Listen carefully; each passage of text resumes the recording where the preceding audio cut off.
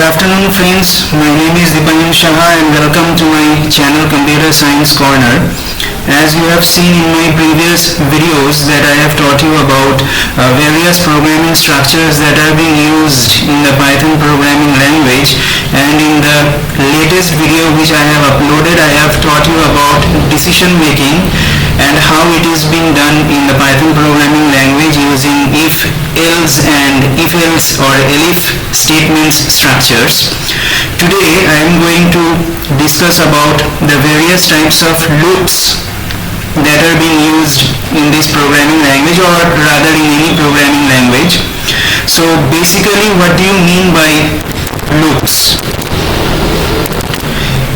If I say that in any general programming language we can write various types of statements or blocks of statements. Now what do you mean by a statement? A statement means a particular task that we are asking the computer to perform, and we are writing that statement with the help of the syntax of any programming language.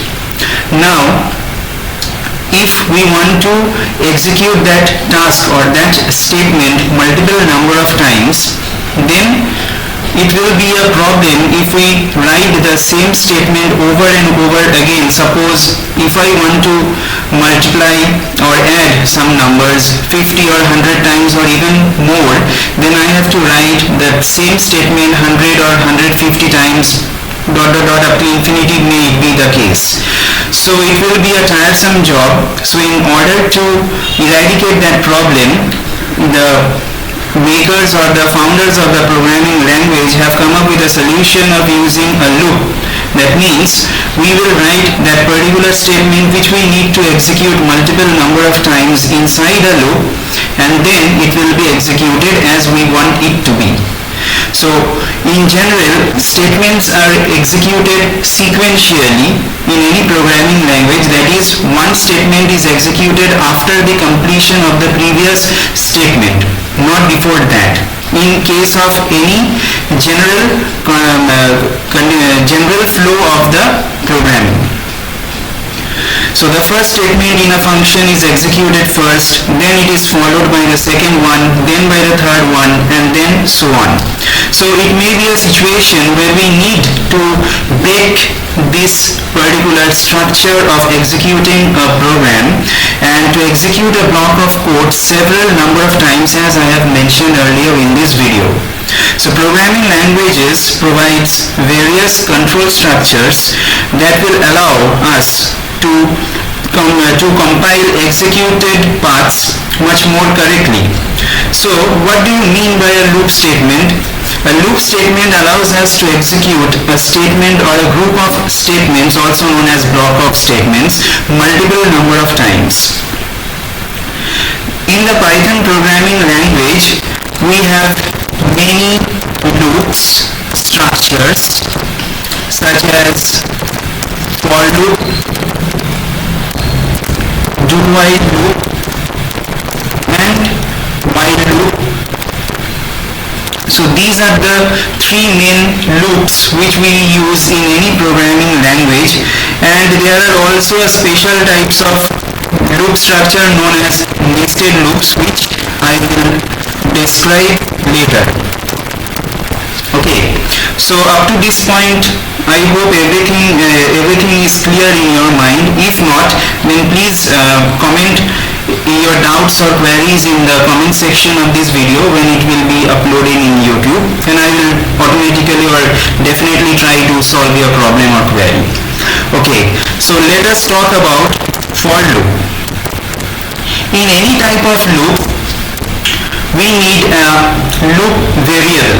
Now you must be till date you must have encountered the term variable a numerous amount of time, as I have discussed previously in my videos. So what does a for loop do? It executes a sequence of statements multiple times and abbreviates the code that manages the loop variable. Okay, so in any types of loop we need three things. We need initialization of the loop variable.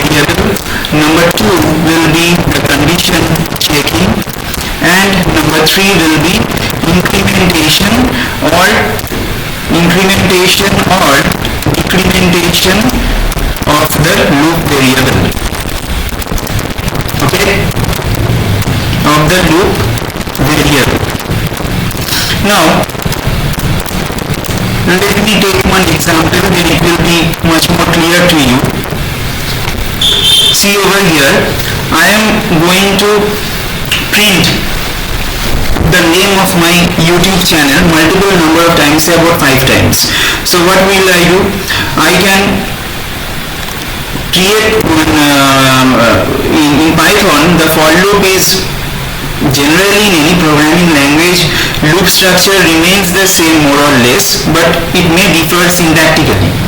So here I will mention the keyword for, which is a keyword or a reserved word, as you may have understood by now. So that it means that in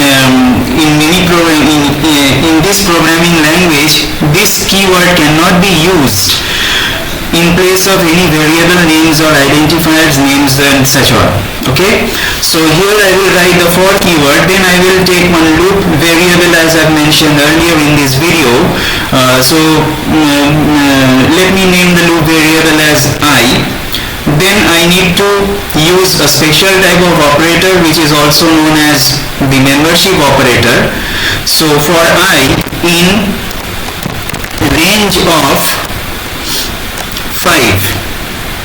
Why 5? Because as my intention is to print the name of my YouTube channel 5 times on the screen, so therefore I need to mention the number of times inside the brackets or as a parameter of another function named range, which means it will start from 0 up to 5 minus 1, that is 4. So it will be 0, 1, 2, 3 and 4. So a total of 5 times. And inside this statement or the for block, I will write the print statement over here. So print computer science corner. So as this is the name of my channel, and if you execute it, then you will see that it is printed 5 number of times, or it is being displayed over here. So I think this example is clear to you. So just a reminder that here I have used the for keyword to indicate the computer or the processor that I am intentionally using a for loop. Then the name of the loop variable, the name means the name of the loop variable may vary from user to user. For me I have used I. Then comes the special type of operator also known as membership operator. That means whatever will be the range of values given by this range of 5 function, the value of I will vary from the starting up to the end point. That means the value of I in this case will vary from 0 to 4. The range function always starts from 0 if not mentioned explicitly the starting point.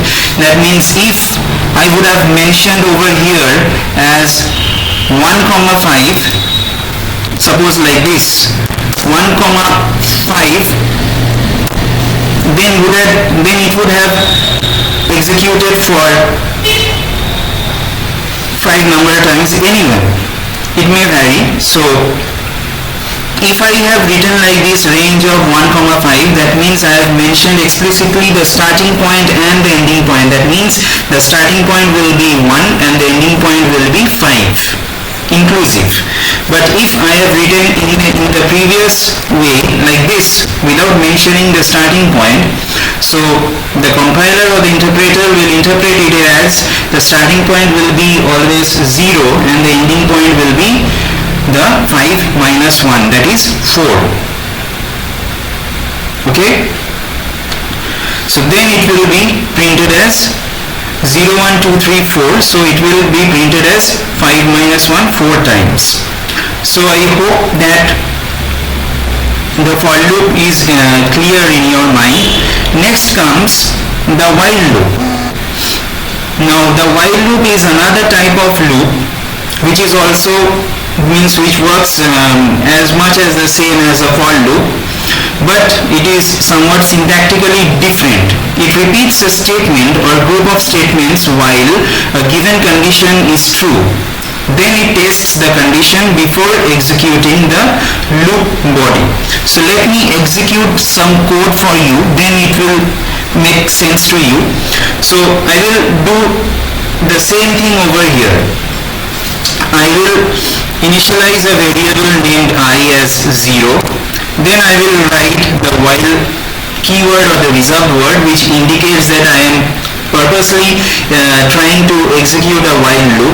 So while, after writing the while command over here, I will have to mention the condition.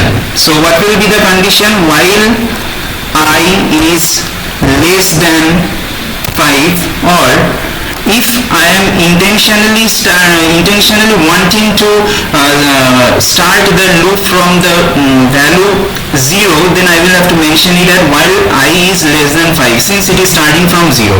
And if I want the value of I or the loop to start with a value of the loop variable I equal to 1, then I will have to mention over here while I plus 1 is less than equal to 5.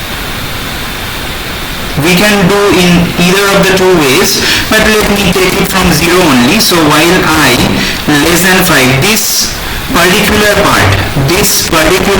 part constitutes the condition. That means this loop will be executed until and unless I is less than 5. At the point when I is equal to 5 or greater than 5, this loop will be executed, this loop will be automatically exited or terminated. Okay, so for the time being, let's concentrate over in this problem. So while I is less than 5, I will print over here the name of my channel like this, Computer Science Corner, and then I have listened it over here. Under the for loop, I have mentioned that the third part is incrementation or decrementation of the loop variable. That means here it is being done implicitly. That means inside the range function it is being done implicitly, it is done automatically without explicitly incrementing it or decrementing it. Okay, but over here I need to mention it explicitly. So since the value of I is equal to 0 and then the condition is being checked as while 0 is less than 5, so it is being satisfied, and then the print statement, it will be executed, and after that the value of I needs to be incremented. So I equals to I plus 1. Okay, and then if you run this example, then you can see that it will run for 5 number of times. So here the main difference between the for loop and the while loop is that inside the for loop I do not have to mention the incrementation or decrementation part explicitly, as it is being done automatically by the for statements, but inside the while loop I have to mention it specifically, whether I need to increment it or I need to decrement it. Now in terms of the nested loops, the nested means, as I have mentioned this term already in the operator part, in the decision making part, that is nested if else. So nested term means we can use one or more loop inside any other while, for or do while loop. Now one thing I have forgotten to mention over here is that the main difference between a while loop and a do while loop is the position or the moment of checking of the condition or the criteria of the loop. Now in the while loop, as you have seen just now, the condition is being checked, and then if the condition is evaluated to true, then only the statement or blocks of statement inside the while loop are being executed. And if the condition at the beginning of the while loop is false, then none of the statements will be executed even for at least a single time. Okay, but here lies the difference between a while and a do-while loop. Inside, unlike a while loop, in a do-while loop the condition is checked at the last. Means even when the condition is being false for the first time at the starting of the loop, if the condition is false, then also the statements then also the statements inside the do-while loop will be executed for at least one time, and then from the second time it will not be executed if the condition is false, and if the condition is true, then both works accordingly. So there will be no difference if the condition is true for all number of times. Okay, then come to another important part, that is loop control statements. Loop control statements. Now what are these actually? The loop control statements changes the execution from its normal sequence. So when execution leaves a scope, here scope means boundary. When the execution leaves a scope, all automatic objects that were created in that scope are being destroyed, which I will be describing in a separate video, not on this video. So Python programming language supports the following control statements. So the control statements are generally used by the programmers to disrupt the normal flow of execution of a particular code. Okay, so the first control statement is break. You have encountered this term if you were familiar with programming, then you may have encountered it in C or in any other programming language, as it is very common in each and every programming language. So what does a break statement does? As by the name we can understand that it is breaking from something. I mean, it is trying to deviate from a normal execution of a code. Flow of execution of a code. Okay, so it terminates the main operation of this break statement is that it terminates or exits the loop statement and transfers the execution to the statement immediately following the loop. Just for example, I am giving you one example. So just see this. For I am mentioning one code over here. For I in range 5 over here, then if I mod 2 equal to 0, then I will print even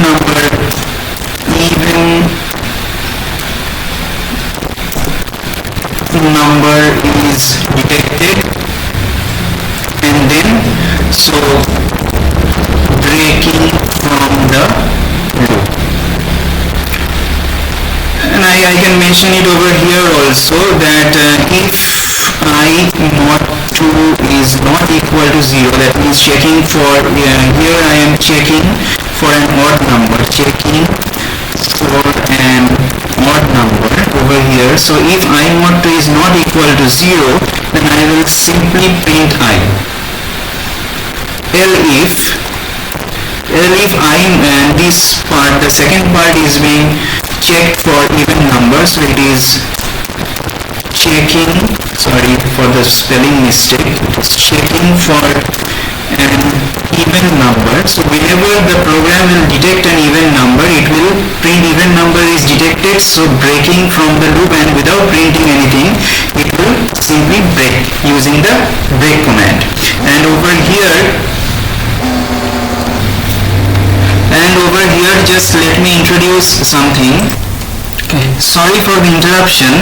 So what I was talking is that I'm writing one code in order to express the use of the break statement or one of the loop control statements. So over here let me mention that for I have forgotten to initialize it, so I equal to 1, and over here I to be 5, that means it will start from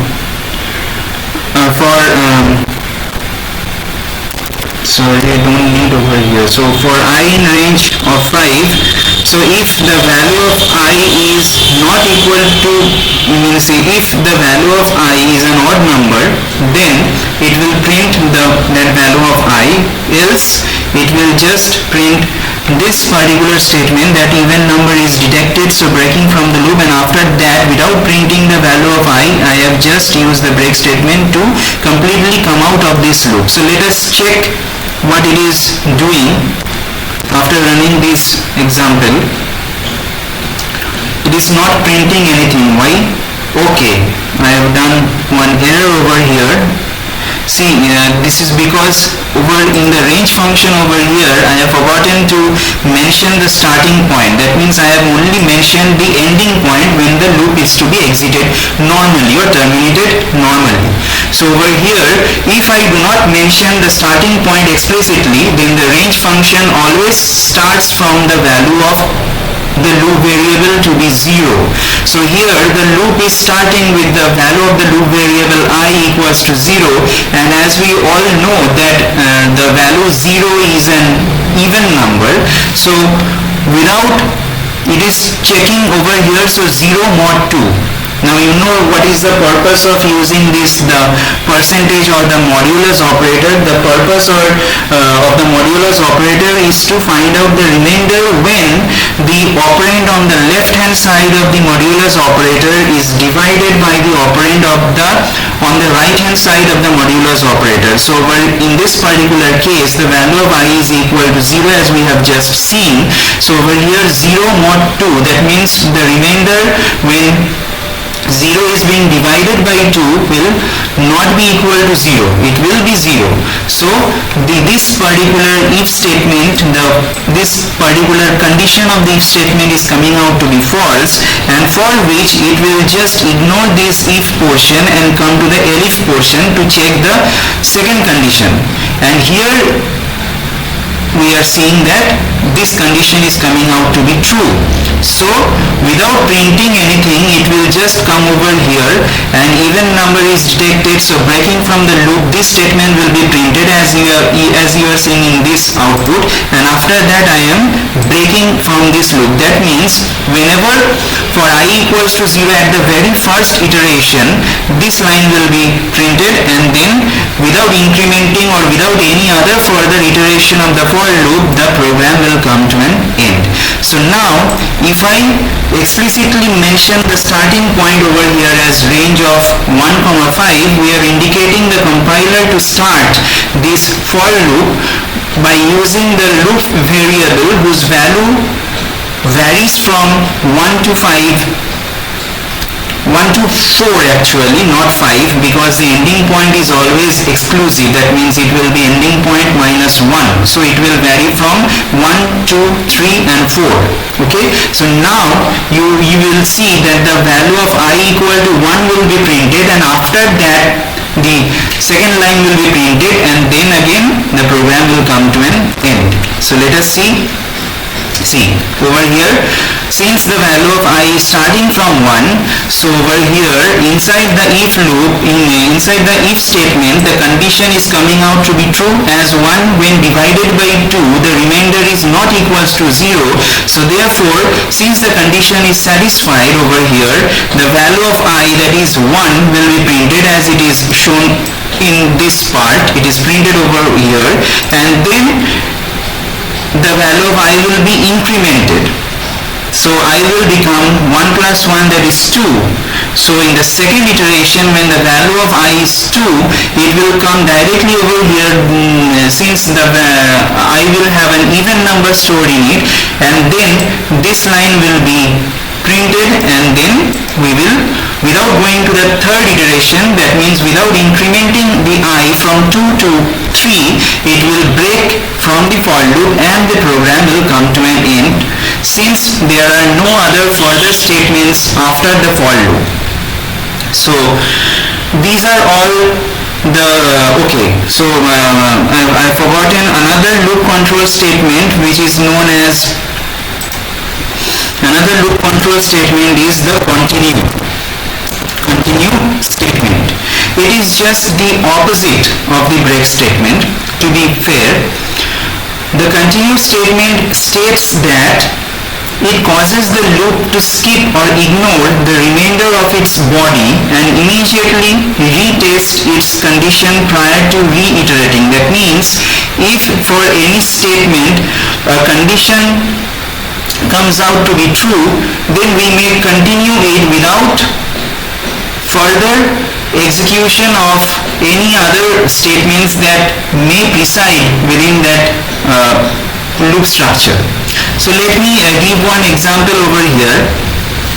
In this example only, so let me write for I in range 1, 5. I'm taking the same example as it will be easier for you to find out the difference between the working of the break statement and the continue statement. So here I'm checking for an odd number, checking for an odd number. So I will write if I mod 2 is not equal to 0, is not equal to 0, then print I, okay? And the else part is checking for even number, as I have mentioned earlier, it's checking for an even number. So if I mod 2 is equal to 0, then I will just continue without routing without mentioning any other statement over here. Okay, so let's check what will come as an output of this program. So see, the output is 1 and 3. Why? Because in the range over here, as I have mentioned, the starting will be from 1, means I will start its value from 1 and it will vary up to 4. So the numbers in the I set will be 1, 2, 3 and 4, and over here I am checking for an odd number. If the value of I comes out to be an odd number, then only the value of I will be printed, and if it is an even number, then without doing anything else, I am just continuing the loop. That means it will go to the next iteration automatically. Okay? Now let me do something. If after the continue statement, have I mentioned over here that print congratulations or something like that, anything, it will just bypass the statement and this thing will not be printed at all. It will only print 1 and 3 in that case. Wait for just a minute. I think the program is still running on.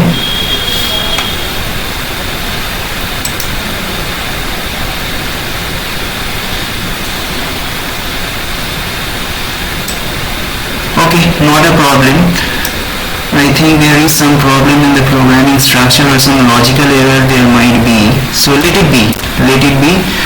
As I was explaining over here that if there were any further statements after the continue portion over here, then without execution of those statements, the for loop will go to the next iteration. So for iteration when I is equal to 1, that if portion came out to be correct, so it printed the value of I to be 1.